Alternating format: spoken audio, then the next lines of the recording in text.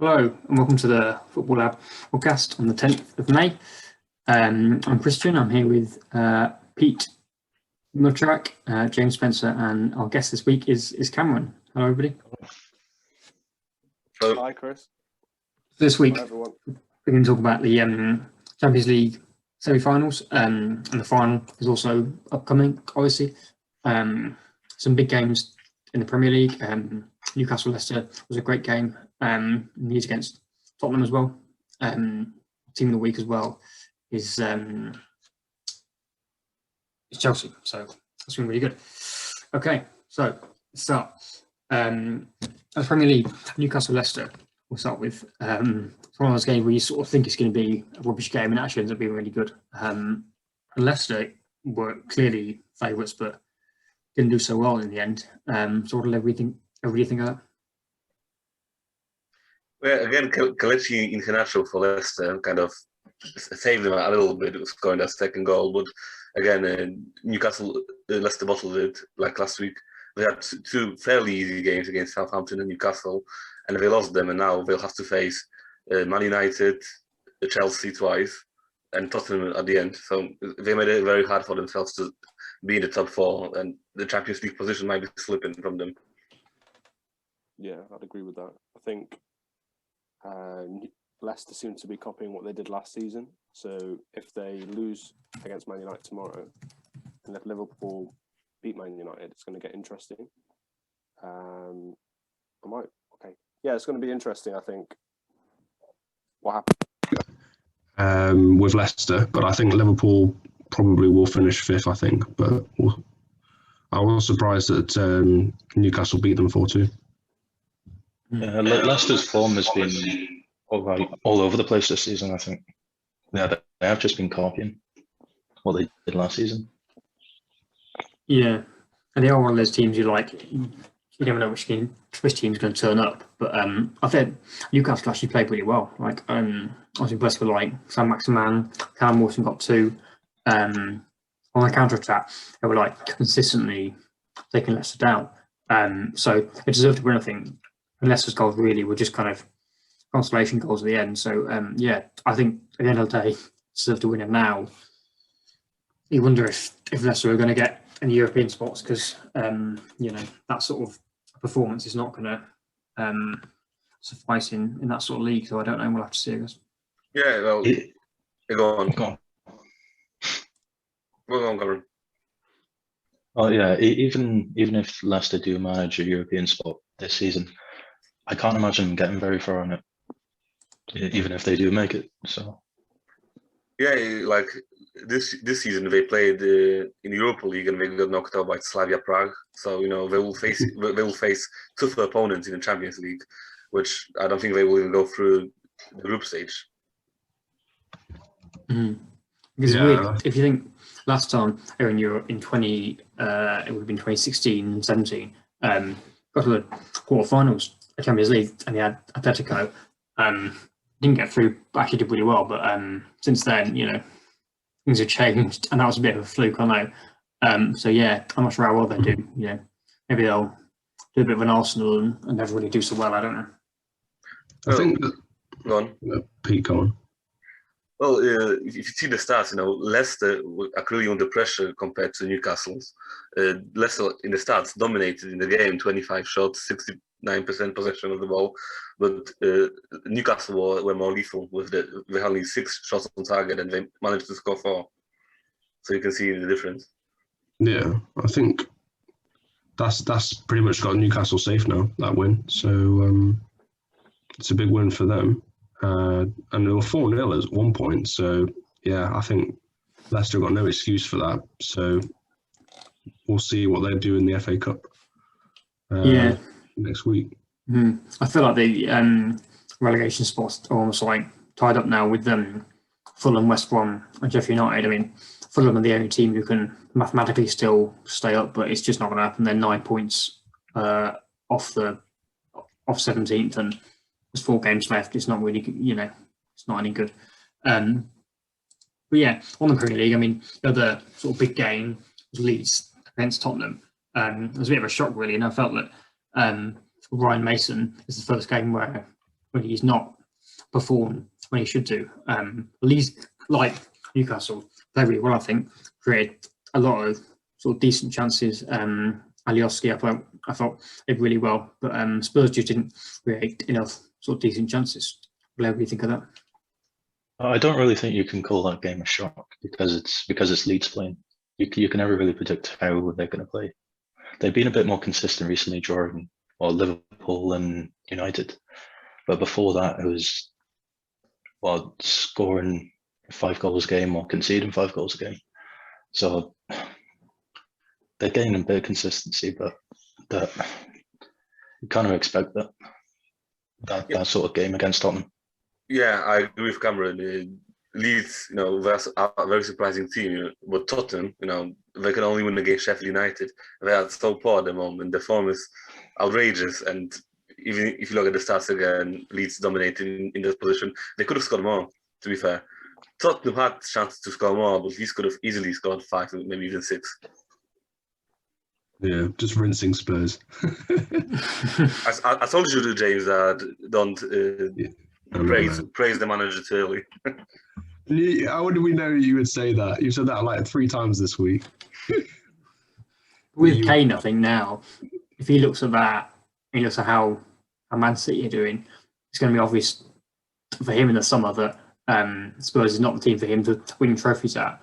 I think he's going to Chris, you shouldn't try and fuel that, man. Like, they shouldn't just steal from other rivals, man. I hate that. Like, Man City stealing Sterling, stealing Walker, stealing Stones. Make your own English players. Well, it's not stealing. They have paid. Yeah, no one's forcing them. Make your own English players. How can you make the own English players? City make their own English players. In the factory or somewhere. Saka. City have Phil Foden, don't they? He's best under 21 player. Yeah. One player. Yeah, that's enough. That's First enough. person's like Trevor Sinclair when they used to be 13th. Mm-hmm.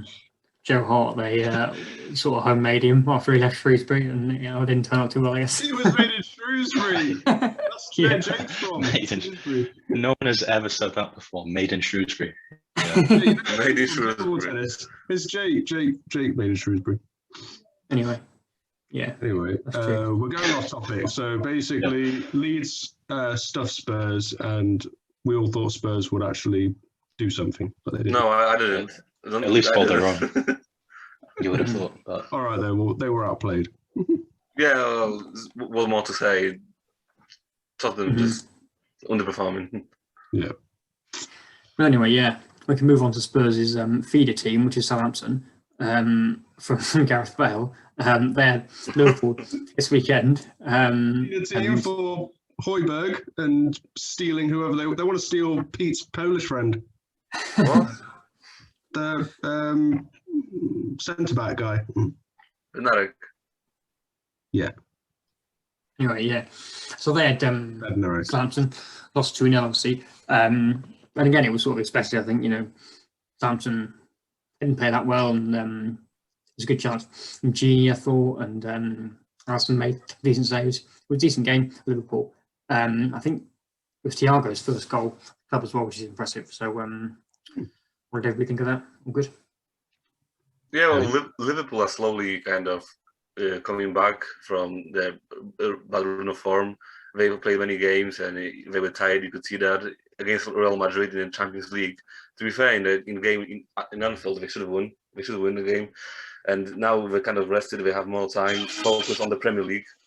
They're doing slowly better, and they might even get the 5th position. I doubt they make it top 4, but I think 5th place is possible for them. Have you guys seen this about Thiago? Have you guys seen this on Twitter? That's very good, yeah. It's not very easy to see, but anyway. Yeah. But I feel like with Liverpool, if you think kind of pre-COVID, Anfield was sort of like a fortress, but certainly not anymore. I feel like since fans kind of left, it just the atmosphere has kind of gone there. They're not done badly, but it's not as if it's like it's the fortress. They were like unbeaten over like 2-3 seasons at home. It's not the same anymore, I think it's going to take a while for that atmosphere to come back as well. because fans are only gradually going to come back. And it's going to take a while for the players to get used to that as well, just as they had to when the fans just left all of a sudden. So yeah, I don't know if they're going to perform much better for a while once everyone's back, which will be interesting to see. Mm-hmm. I think Liverpool have struggled without fans, and also injuries. Like, both of those things have just killed them off this year. But I think it's interesting that they were top at Christmas and they were top going into the new year. It's all those 6 defeats at home that really finished them off, really. But I do think if they had Van Dijk and they had Gomez, they would be second, third, at least. Well, to be fair, Liverpool won against Southampton, and Southampton, the last win was against Burnley over a month ago. So it's not really that impressive to beat Southampton at the moment. They are totally out of form. So they had to win that game. If they didn't win that game, then there would be a big problem. The thing is, if they hadn't drawn with Leeds and letting a goal in the 85th minute, had they not given away a goal in the last minute against Newcastle, that'd be 4 points. And they'd be 2 points off Leicester right now. So, on the topic of fans, I mean, they've announced now that fans are going to be back in from 17th of May, I think. So that'll be interesting. And really? I think there's going to be a limit, like 10,000 fans per game, and that's the last 2 rounds of the season, isn't it? Is that 37 and 38? Yeah, I think so. 37 week 38. The last 2 games, yeah. Yeah. Mm-hmm. But yeah, it'd be interesting to see if that kind of affects them, or how it affects other teams, especially on the last day when everyone might be fighting for 4th place or for 5th place. Some teams might really be buoyed by that. So I think every team's just got a game home and away in those kind of 2 games. I guess it's sort of is equal for all teams, but you have to see how it plays out, I guess. Anyway, the next game we've got sort of on the list is Aston Villa and Man United. And obviously, if Man United haven't won, City would have won the league, so it's an important game. But United, I felt, probably sort of deserved to win, even though it was a good opening goal from Villa. The penalty, it was so kind of. I felt like Bruno Fernandes. He's not like Gary Lineker. He used to say that he'd like know where he was going from hours before. If there's a penalty, I'm going left or right. Bruno Fernandes, it felt like he's almost like he's waiting. The goalkeeper, he's looking which way's the keeper going, and then he's obviously going the opposite. The sort of skill and class needed to do that is unbelievable, I think. Yeah, Manchester United is the team that has the most winning games after losing a goal. When they concede, they don't lose their concentration, and they still manage to win, and it shows in this game as well. And Edison Cavani, again, coming from the substitute and scoring another goal, he actually levelled Ole Gunnar Solskjaer record of scoring 5 goals in a season coming from the bench. Yeah, it's unbelievable, really. And if you think since Solskjaer took over, especially earlier this season, everybody was saying it was awful. It was like a game in Champions League where his subs were criticised, and since then he's just turned around so much, and now he's just thought of as like almost like a god. Where a second now is the best they've ever done since Ferguson left. I might win Europa League as well, which again is the biggest trophy they've won since Ferguson left. So it's all turned around for Solskjaer, I guess. Definitely. That's our first final now, so it ends a run of 4 consecutive semi-final defeats, and I think this is the best that Man United have been since Ferguson. I agree. Even after Mourinho. Yeah, because he won Europa League, didn't he? They won the Europa League and the Carabao Cup, but that's kind of a little bit of kind of masks how they weren't such a good team at the moment. They're a much better team, but they've got much better players, more talented. And they can still win the Europa League. Again, yeah, like they did 4 years ago. And also then getting Champions League, yeah. huge for them. it is important for them to keep like some of the key players like Mason Greenwood and Edison Cavani. Apparently, Fabrizio Romano, kind of well-known journalist, actually said that Edison Cavani will sign the contract to extend his stay at Old Trafford. So if they do that, then he will be an important figure for them. Of course, he's 35 next year, so they will need like a other striker because he will probably play more sporadically because of his age. But it's important to keep him, definitely. If you see his goal against Roma as well. I knew that when they come off the bench and they had a third goal, I was like, I know it's Cavani, like because the guy's like a goal machine. I wish Liverpool signed him. And then when I said that yesterday on Twitter, some guy just abused me and was like, "Why would he join Loserpool?" And I'm just like, "This is exactly what's wrong with Twitter." It's like you say something that's completely benign and not even offensive to anyone, like, "Oh, Cavani's good, Liverpool should have got him," and then you get abuse randomly. So it's just everything that's wrong with Twitter and social media right now is that anyone can abuse anyone. Yeah. Anyway, go on. Yeah, Liverpool shouldn't have signed him anyway. That wouldn't have been good. Cavani. Yeah, but we would have got more goals. You probably would have got like 15 more points on the board for us. You wouldn't have though, because who do Liverpool have that's Bruno Fernandes's level right now? Yeah, but we will get rid of Origi and have Cavani. Like we need to have either Memphis Depay or Daniel Marlon, or I think maybe what's his name? The guy for Leipzig, Patson Daka. We need somebody who's a goal machine because Origi's done nothing all season. And for me, Salah and Mane isn't there like a goal machine. They've had burnout because the thing is I was saying this on Twitter the other day is that Liverpool play the same team week in, week out, the same team. And that's why they're exhausted. Like Robertson is exhausted, who's Chris's lookalike, by the way, Robertson and Chris. He's literally exhausted. Like Trent Alexander-Arnold as well. Like we need a backup right back and a backup left back. And if you look at Pep and City, they rotate and they get goals from midfield. Liverpool don't have any goals from midfield. And it's like ever since Coutinho left or Chan or Gerrard, they haven't replaced those goals. Man City got Kevin De Bruyne, Mahrez, Gundogan, who else? Bear in mind, with the Coutinho money, you bought Van Dijk. Sorry? With the Coutinho money, you bought Van Dijk. Yeah, but they never properly replaced him. We need an attacking midfielder that can get 15, 20 goals a season. That's but you got a world-class defender that helped you last season win the title because the defense was good. I know, but it's the same stodgy players in midfield. Naby Keita, injury prone, I would just sell him. Alex Oxlade, I would just sell him. And it's like James Milner. It's a 35-year-old dinosaur. What's he doing in the midfield? What's an old dinosaur doing? Yeah. But anyway, the big game, I guess, for the weekend was by far Chelsea against Man City. That was kind of a precursor in our Champions League final.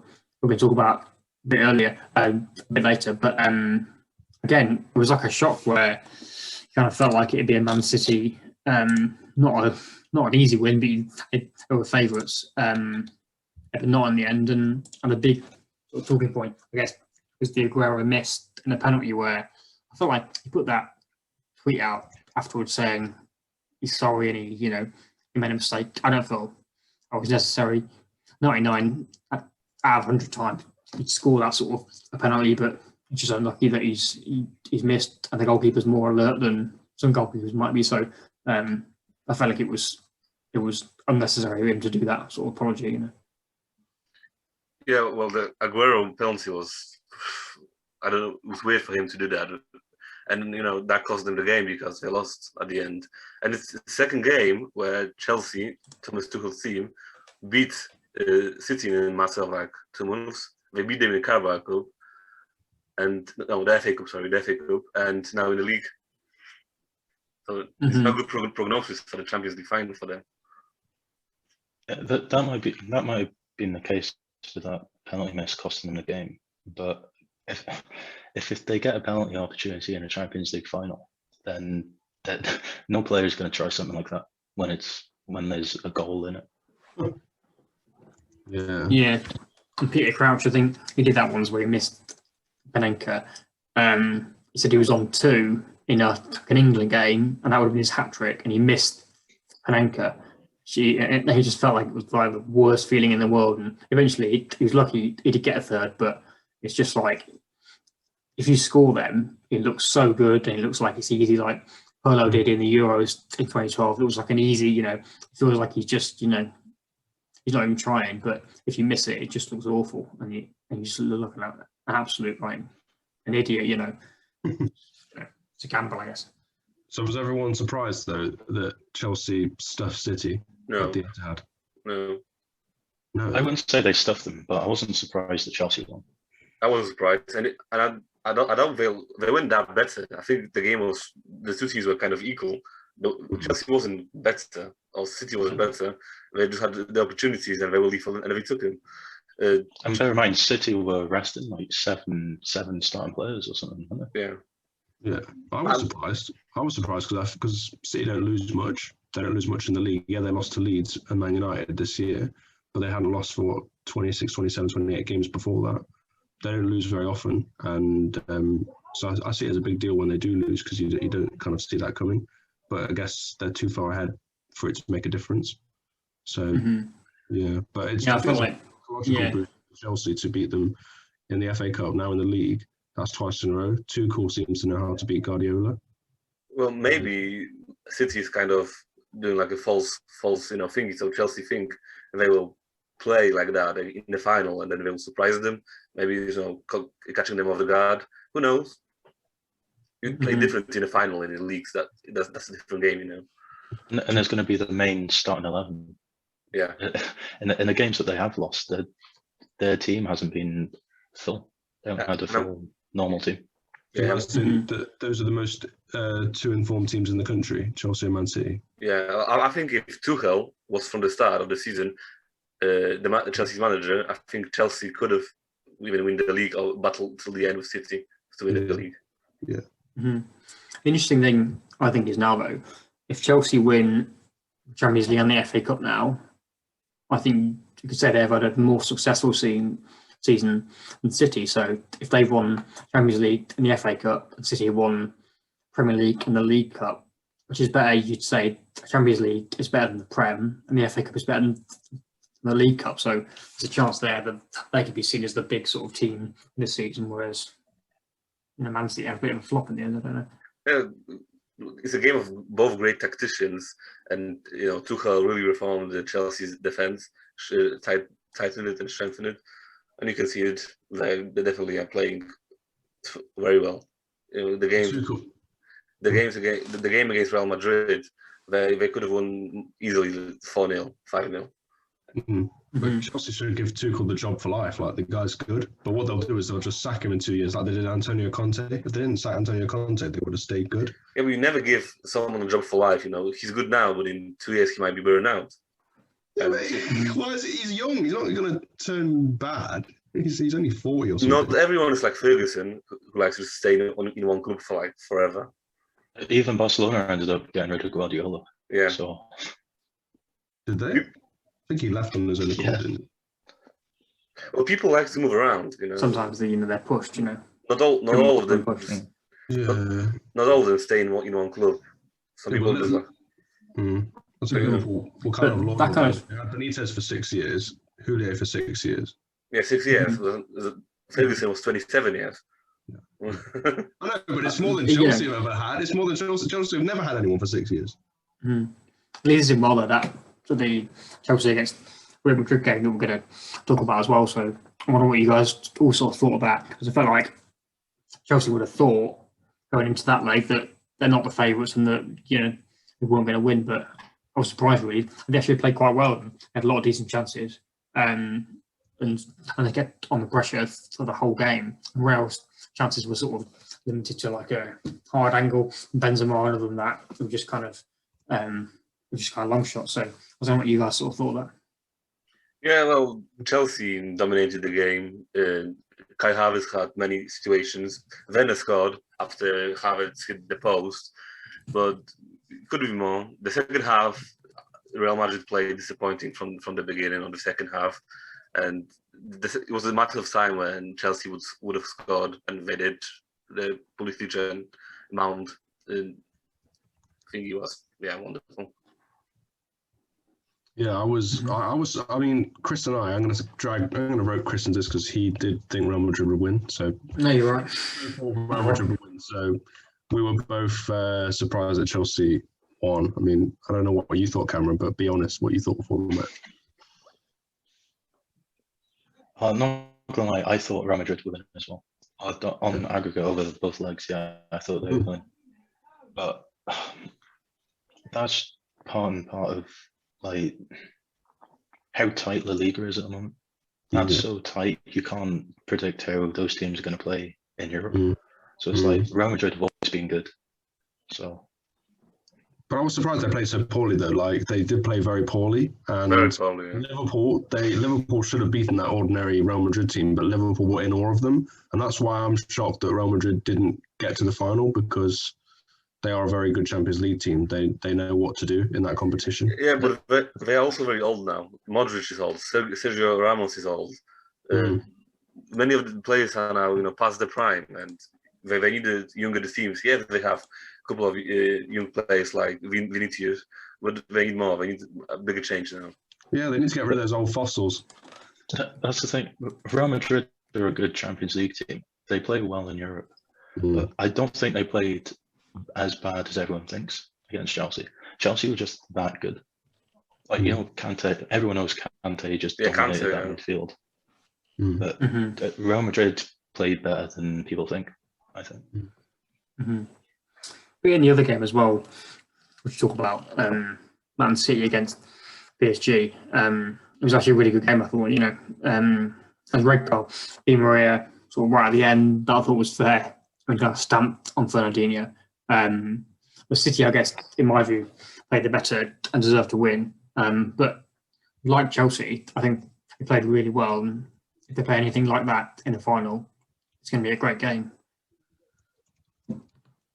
Yeah, well, City won 4-1 on aggregate against PSG, and they were clearly the winners. And in the second game, the PSG mentality lost them the game. The attitude on the pitch was awful. And Neymar, everyone praises Neymar, but I don't think he's that great, especially at PSG. He just rolls around and cries all the time. Like, do something, Mbappe is good, but against City, he didn't even have much chances to score. I think it was one of those games that he didn't even have one shot. So it was clear who dominated the game and who went through. I think I was pretty harsh against Neymar. You would say that, man. Arsenal fan who likes Neymar. Yeah, but he's a winger. The amount of work that you have to do as a winger. He's a gold digger. He just wants more and more money, man. He's a gold digger. Well, he was a winner when he was in Brazil, and then he tried when he went to Europe at the side at Barcelona. But now he's just like a celebrity. I don't think he cares that much about football right now. I disagree. He could be so much better than he is, though. He could be better than he is. Yeah, you can't help but get more money when you're at PSG. I don't think that's the player's fault. I think he just walked into that. He wanted to go where Messi was. From what I'm hearing about Barcelona, I mean, you're the Barcelona expert, but from what I was hearing, Messi wanted to join him. He wanted to join Messi. Messi has been convinced by Joan Laporta to stay at Barcelona, and therefore Neymar wanted to go back to Barcelona. But then all of a sudden this week he signed a new contract, and he's 29 now, so he's probably going to finish his career there. But it's not a very competitive league. I mean, yes, it is at the moment, the top four. It is well. The quality of the competition is a lot better in England Well, it looks like PSG will not win the Liga this year, so this game will be a bit competitive. Okay. But that's been a title race as well in France. I hope Lille. I'm rooting for Lille. Come on, Lille. I'm rooting for anyone that's not PSG. Yeah. Yeah, it'd be something. But all English final in the Champions League, which is the third time, and there's a chance that could happen in the Europa League, but obviously not.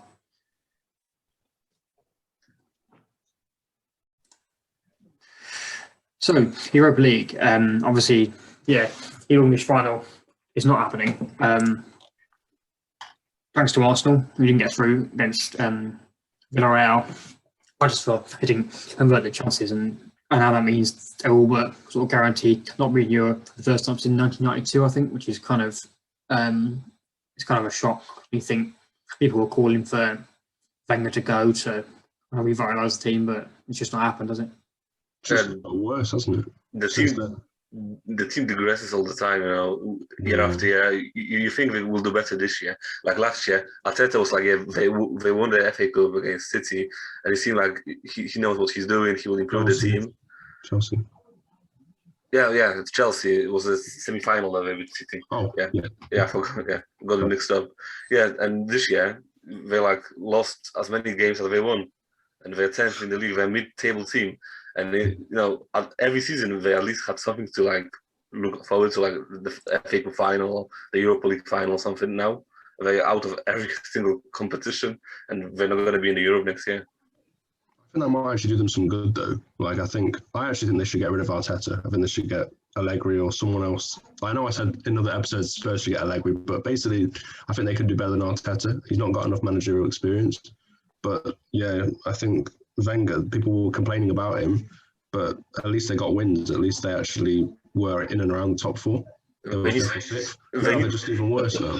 They need to get a manager, the owner who cares. They need to get Kroenke out because he doesn't care. He doesn't put the money forward.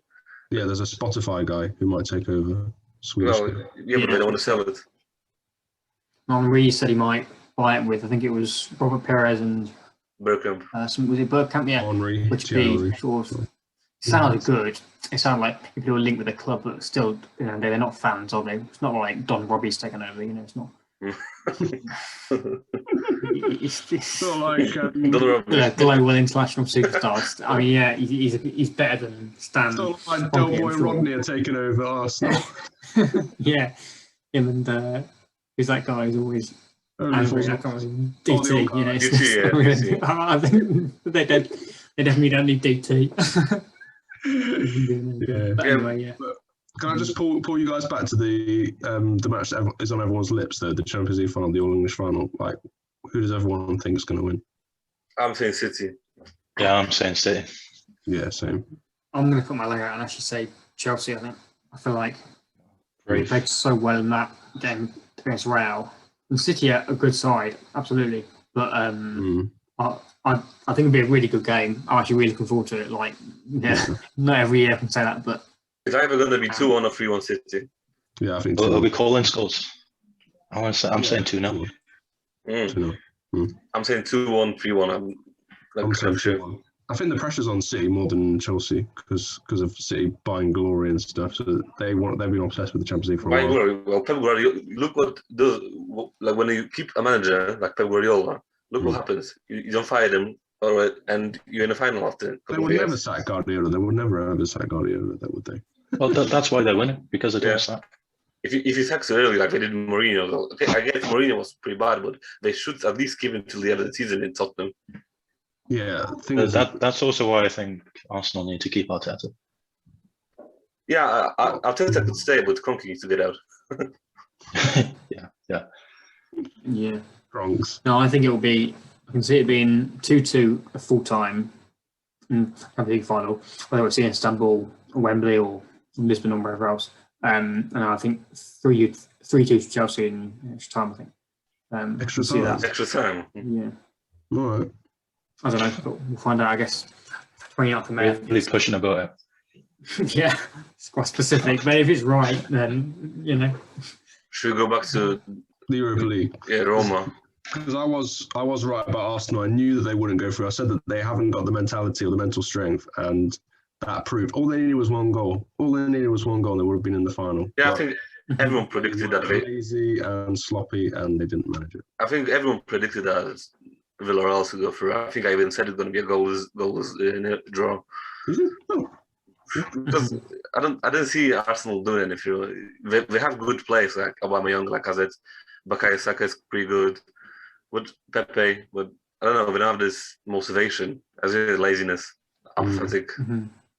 It's a good inside story actually that Villarreal, managed by Unai Emery, Arsenal's former manager who they sacked, messes them over and stops them from getting to the final. And also that Emery has won the Europa League, I think, was it 2 or 3 times with Sevilla? Could win it again with Villarreal. Yeah, I think he had the most European League wins. They should have kept with Emery. Why did they fire him?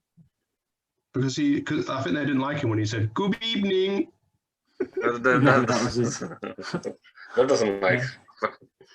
Anyway. In the other game, though, it was obviously. Good evening. In the other game, though, it was obviously Man United against Roma. I felt like it was even more than the Arsenal game. It was kind of a foregone conclusion, wasn't it? Man United only really need to sort of hold out and not lose embarrassingly like when we did in the first leg, and then they would have gone through, and that's exactly what they did. And it was 3-2, but as long as they sort of, there was one thing that really annoyed me about that United Roma game. They played Van de Beek in the second leg, and not in the first leg. But I think they experimented. Everyone knew that they were just going to walk it. They didn't care about the second leg. Yeah, so that's where they played Van de Beek. 6-2, you basically can experiment if you win 6-2. Why are you experimenting with a player that's as good as him, though? It's disrespectful as well. Like, you need to give him actual game time. Mm-hmm. Maybe he doesn't like. There's something behind the scenes that they don't get along with Solskjaer. Maybe he needs to change the clubs. He's only just a that's what I hope he does. Yeah, I do. Yeah, I do. Fingers crossed. But honestly, he does need to move because I can't see it working out. He's being treated like a youth player then. I mean, you expect in the first game you play your sort of first 11, your massive team, team you think's really going to form. Yeah. And after you're 6-2 ahead, you can just sort of play anybody. So he's being treated like a squad player or a youth player. It's not, at his level, he should be winning Champions League and, playing in top games, but he's clearly not. And he shelled out 35-40 million on him. Don't even use him. By the way, Cameron, were you going to say something about Villarreal, by the way? And what's your insight on them? Do you know much about them, and do you think they can cause Man United problems? Oh yeah, for sure. Really? They can cause problems. I mean, to be fair, United's game against Granada didn't go how I thought it would. I thought Granada were going to score. Granada stuffed you. They stuffed Barcelona. Exactly. That's it. They're a good team. But they just got out. They just got outplayed then. But I think Villarreal have a lot of good players. That's the thing that I've noticed about Spanish teams. I've been watching that league for quite a while.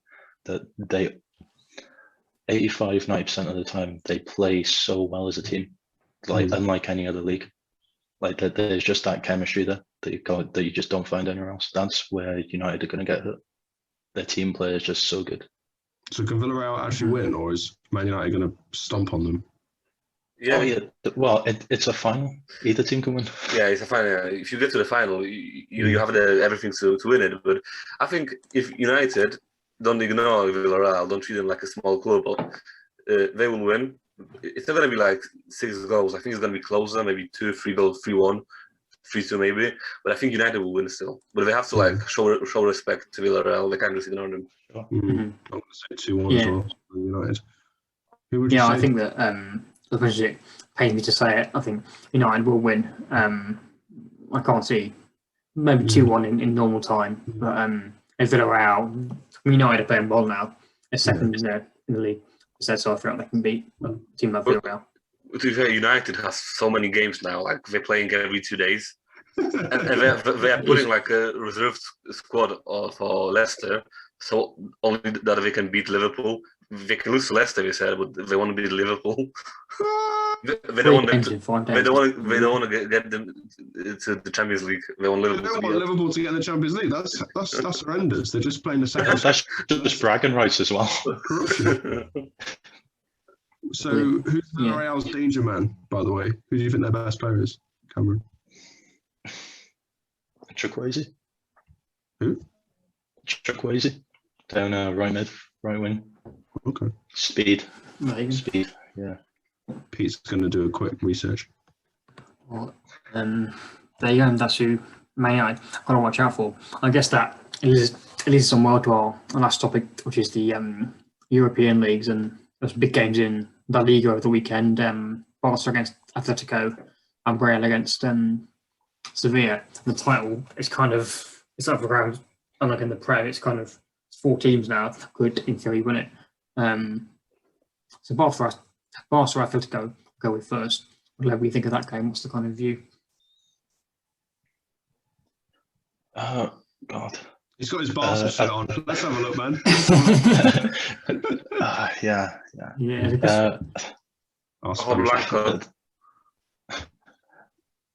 Yeah, that game really didn't live up to the hype. Everyone was expecting a lot more, and yeah, there were some good moments, but Atletico had the first half, Barca had the second, and that was about all you can say. There were a few moments with Messi, obviously good dribbles, that's what he does, but there was nothing really exciting that happened. I think both teams were just trying to play it safe. I think there's a lot to be said about Koeman's management style. He's playing a tactic that he's played before and it hasn't worked. He's played it against Bilbao, he played it against Granada, lost that game obviously, and he tried playing it against Atletico when the title's on the line, and it didn't work again. So something needs to be said about that to him by John Laporta now, I think. I don't know why you guys have got Koeman as manager. He's not even a good manager. You can do so much better than him. He's not one of the best managers in the world. Everton to Barca, it's a pretty big jump. I was going to ask Cameron. Verde was good, and then Roberto Martinez could do better, I think. But Pochettino. No, they Barcelona hate him because he played for Aston Villa. Yeah. But do you not think you could do better than Koeman, Cameron? I think we had a verbal agreement with Koeman because he did so well with the Holland national team. Yeah, but that's different. National team and club is totally different. I know, but the fact that he did so well with the Holland team, and the fact that he's an ex-player as well, we just had a bias for him. I wanted Xavi. Yeah. And the news came out recently that he hasn't re-signed his contract in Qatar or wherever he is now. So the chances, So the chances that he's coming either as a manager or as coaching staff now, either one would be a big improvement for Barca. Yeah, he should be the manager because you've had Guardiola and Luis Enrique. Enrique was wicked. Oh yeah, there was a lot of external factors as to why he left and all that stuff, but that was disappointing to see because he did really well. So, and is there any chance that Sevilla can win the league? Oh yeah, practically. Really? Oh, you can't. I couldn't call it. Real Madrid have Athletic Bilbao, and Bilbao beat Atletico Madrid earlier in the season, so I think that's going to be a big deciding game. So if Athletic Bilbao are 9th in the league at the moment, I think. So if Real Madrid lose that, then it's all to be played for again. And there's only 3 match days left. And Real as well doesn't really help either team. Real Madrid was lucky with that draw. Yeah, Real Madrid. Okay, go on, Chris.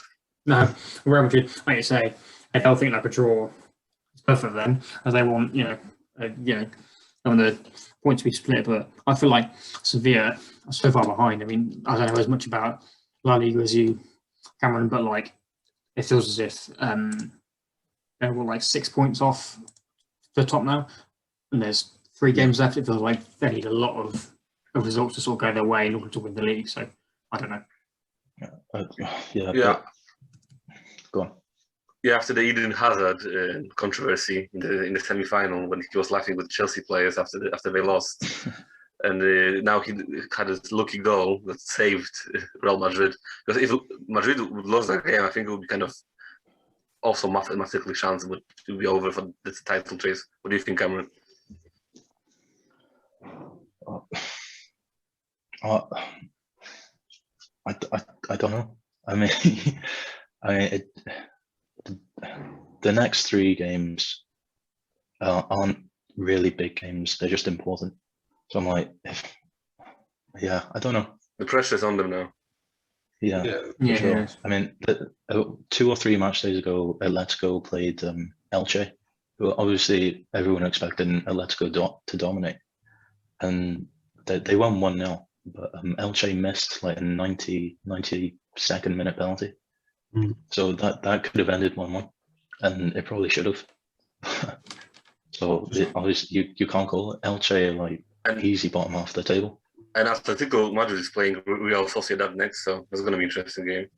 Mm-hmm. I was going to say, no, Cameron, go ahead. Yeah, I was just going to say Sociedad's another team like you can't predict, like Athletic Bilbao. Like, in the league, you don't know how they're going to perform. I was going to say, in Atletico Madrid haven't won the title since 2014, and before that, Valencia won with Rafa Benitez, 2003-2004. Those are the only two sides that have been able to break the stranglehold of Barcelona and Real Madrid. So if Sevilla did it, they'll be only the third team, I think. Who? No, Atletico did it in 2014. Yeah, no, that's what I said. Atletico Madrid and Valencia, the only two teams. Yeah, no, sorry. I was getting confused, but you're right. Yeah. But Sevilla now is a slim chance. Yeah, slim chance. But if you look at the table, the top six actually, 5th place Real Sociedad won the Copa del Rey, the one that got delayed by a year. So it just shows how competitive their top six is. That Sociedad have got a trophy, the Copa del Rey, and Real Betis as well might get in the Europa League. And They have what? sick for in the Europa League final. Yeah, but Real Betis might steal the position because they have a game in hand. And if Betis finish 6th, they will be in the Europa League. Yeah, and by the way, Real Madrid are second over Barca, by the way. Sorry, Cameron, but not based on the goal difference, but based on head-to-head. Yeah, not on goal difference. Yeah, it's different in Spain. Yeah.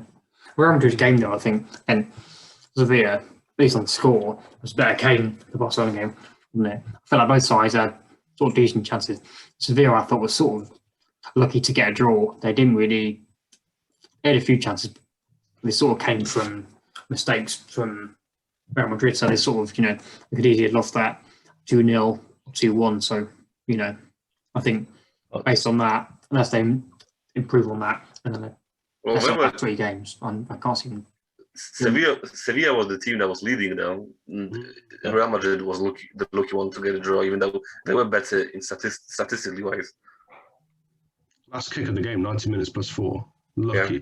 Hazard, lucky. Yeah, that was just, he bounced off his foot. That was deflection, yeah. Yeah. And that's not a move that's worked out. Hazard was amazing at Chelsea. He was literally one of the best players in the league. Yeah, disappointing. Real Madrid. It was a disappointing move. He was supposed to kind of fill Ronaldo's shoes a bit, but he failed completely. Yeah. But there's a big boost to fill. That's a lot of pressure on a player. Yeah. When you're coming in for someone like Ronaldo. Yeah, that's why I said a bit at least, but compartments he failed. Yeah. And would Real Madrid have gone top if they'd won?